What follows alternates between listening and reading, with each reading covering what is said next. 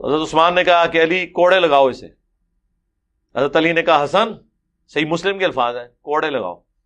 حضرت حسن نے کہا کہ جو اس کی میٹھی کھاتا ہے نا وہی کڑوی بھی چکھے.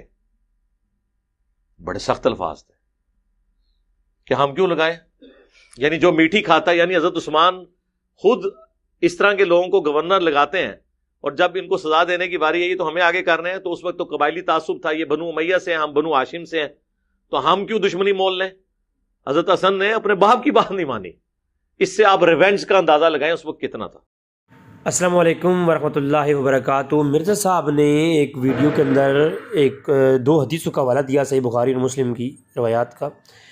اس میں یہ تذکرہ کیا کہ امام حسن کو کہا علی نے کہ ولید کے اوپر کوڑے لگائیں. تو قبیلی تعصب اور یہ ان چیزوں سے ہٹ کر کے امام حسن ناراض ہو گئے، اور تاکہ قریش اور نصارہ وغیرہ کے مابین کوئی جنگ نہ ہو، اور ایک پوری کہانی کروائی مرزا صاحب نے حدیثوں کا نام لے کر کے. اور امام حسن نے کہا جی کہ ولید کے اوپر حد لگاؤ. تو پھر جنہوں نے ولید کو حکمرانیاں دی ہیں، یعنی عثمان غنی کے ساتھ کوئی امام حسن کا کوئی تعصب یا کوئی دل اچھا نہیں تھا، اور آپس میں تعلقات اچھے نہیں تھے، یعنی یہ ظاہر کرنے کی کوشش کی ہے مرزا صاحب نے، اور یہ روایت پیش کی ہے کہ وہ اگر تعلقات اچھے ہوتے تو جناب یہ جو ہے وہ کوڑے لگائے جاتے، اور باپ کی بات امام حسن نے نہیں مانی. ٹھیک ہے، تو قریش یعنی آل بیت میں سے کسی نے بھی کوڑے نہیں لگائے تاکہ یہ قبیلی تعصب اور جنگ جوئی والا ماحول نہ بنے. اور چونکہ عثمان غنی نے حضرت علی کو کہا تھا، تو اگر یہ کام ہو جاتا تو پھر حضرت علی سامنے آ جاتے، اور یہ قریش کے ساتھ ظلم کر رہے تھے عثمان غنی نعوذ باللہ. یعنی کوئی ایسا تاثر دینے کی کوشش کی ہے ایک تعصب کے اندر مرزا صاحب نے. اب دیکھتے ہیں صحیح بخاری کی روایت ہے، یہ 3696 جن کا حوالہ لگایا ہے. اس پوری روایت میں عثمان غنی سے جب شکایت کی گئی ولید کی، تو انہوں نے کہا کہ میں جو شکایت کرنے والا بندہ ہے اس نے کہا کہ عثمان غنی آپ سب سے پہلے ایمان لائے، آپ نے 2 ہجرتیں کی ہیں، آپ قرآن پر، اللہ کے رسول کے اوپر ایمان لائے ہیں، تو کیا آپ قرآن اور حدیث کی روشنی میں اور سنت رسول کی روشنی میں طریقے پر عمل کریں گے؟ تو انہوں نے کہا کہ میں نے اللہ پر ایمان لایا، اس کے رسول اور قرآن پہ ایمان لایا ہوں، اور میں نے اللہ کے رسول ابو بکر و عمر کے جانشین بنا تو انہی کے طریقے پر عمل کیا ہے، تو میں کیوں نہیں کروں گا. تو کہا کہ آپ کی ولید کے بارے میں، یعنی جس کو آپ نے گورنر بنایا ہے، تو ولید کے بارے میں یہ شکایتیں ہیں. تو عثمان غنی نے کہا کہ ولید چاہے ہمارے خاندان کا بھی ہو، ہم اسے سزا دیں گے جو اس کی واجبی سزا ہے.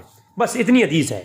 اور کہا کہ عثمان غنی نے کہا کہ علی کو بلایا گیا اور کہا کہ علی تم حد لگاؤ. اب حد یعنی فتویٰ دو، تو حضرت علی نے فتویٰ دیا حد لگانے کا. تو چنانچہ ولید کو 80 کوڑے کی حد کے لگائے گئے.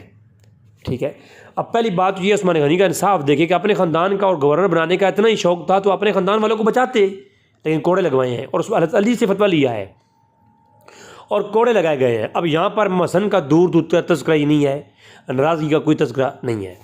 تو یہ صحیح بخاری کی روایت میں تو مرزا صاحب کا مدعا ہے ہی نہیں، کوئی تذکرہ، لڑائی جھگڑے کی کوئی ایسی بات ہی نہیں ہے. سمپل سی بات ہے کہ حضرت علی کو کہا کہ حد لگاؤ، حضرت علی نے حد لگائی. اب آتی ہے بات صحیح مسلم کی. تو میں آپ کو صحیح مسلم دکھا دیتا ہوں. صحیح مسلم آپ دیکھیں، صحیح مسلم کی جو حدیث ہے وہ بھی آپ دیکھ لیں جناب. یہ صحیح مسلم کے اندر آپ دیکھیں تو جو چیز میرے صاحب بیان کر رہے ہیں وہ کیا ہے. ٹھیک ہے جی، یہ صحیح مسلم ہے. ایک طویل حدیث وہی ذکر ہے کہ 2 گواہ پیش ہوئی، اور ایک حمران تھا اور ایک اور تھا. اس نے کہا کہ ولید نے شراب پی ہے، اور دوسرے نے کہا کہ ولید کو میں نے شراب کی کیا کرتے ہوئے دیکھا ہے. اب حدیث کا آخری جگہ دیکھیں جی. اتنے میں کہا کہ علی، عثمان غنی نے کہا کہ علی اگر ولید نے شراب پی ہے تو شراب ہی کیا کی ہوگی، لہذا شراب کی گواہی ثابت ہو گئی، اب اس پہ حد لگاؤ. اب جو ہے یہاں پر آپ حدیث کے لفظ دیکھیں کہ حضرت علی نے کہا کہ حسن اٹھیں اور کوڑے لگائیں. تو حسن نے کہا علیہ السلام نے کہ خلافت کہ اس کی ناگوار باتیں بھی انہی کے سپرد کیجئے جن کے سپرد ان کی اچھی باتیں ہیں. بس یہ ایک جملہ کہا. تو اب راوی کہتا ہے کہ ایسے لگا کہ یہ انہیں ناگوار گزرا محسوس ہوا. تب انہوں نے کہا، یعنی حضرت علی نے کہا، کس نے کہا؟ اب یہاں پر 2 طرح کی ضمیر ہے.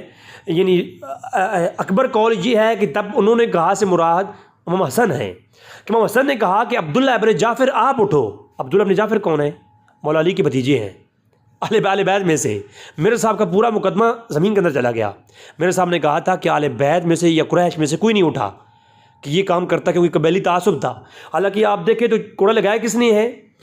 حسن کہتے ہیں کہ عبداللہ بن جعفر آپ اٹھو اور کوڑے مارو، تو انہوں نے اٹھے اور کوڑے لگائے اور علی شمار کرتے رہے. اب مجھے بتائیں اگر حسن علیہ السلام کے کوڑے لگانے سے تعصب پھیلتا تھا تو علی کی گرنے سے کیوں نہیں پھیلا؟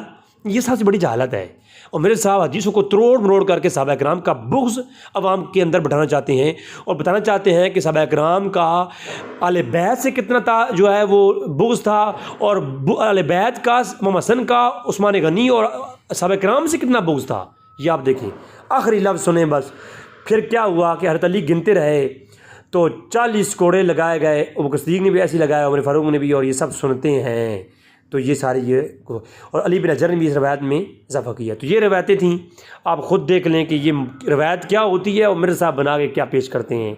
اللہ تبارک تعالیٰ سے دعا ہے کہ رب تعالیٰ ہمیں قرآن اور حدیث سے جو کھلواڑ کرتے ہیں لوگ، یہ ہر دور میں رہے ہیں. کوئی پہلی بات، یہ پہلی دفعہ میرے صاحب کو نہیں دیکھ رہے.